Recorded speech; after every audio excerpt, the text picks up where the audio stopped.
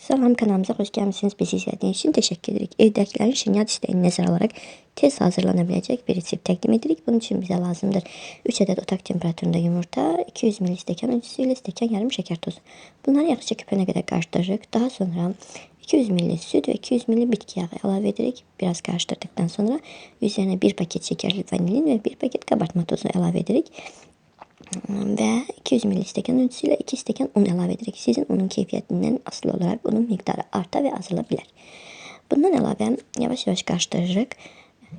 Mikser işlətmirik onu qarışdırarkən və qarışdırdıqdan sonra isə xəmirimizi 3-5 dəqiqə ərzində gözlədirik.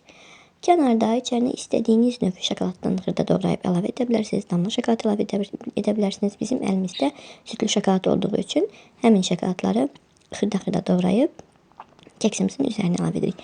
Bu arada keksimizi hazırlarkən 10 dəqiqə əvvəldən sobamızı 200 dərəcə temperaturda isidirik. Və keksimiz hazır olduqdan sonra doğranmış şokoladları keksimizin üzerine əlavə edib yüngülcə qarışdırırıq. Hər hansı bir çöpün və yaxud da bıçağın köməkliyi ilə. Daha sonra isə əvvəlcədən 200 dərəcə qızmış sobamıza yerləşdiririk. Yerləşdirdikdən sonra isə 1-2 dəqiqə həmin temperaturda qaldıqdan sonra sobamızın temperaturunu 170-180 dərəcəyə salırıq. 35 dəqiqə ərzində tamamilə bişir. Siz çöp vasitəsilə yoxlaya bilərsiniz.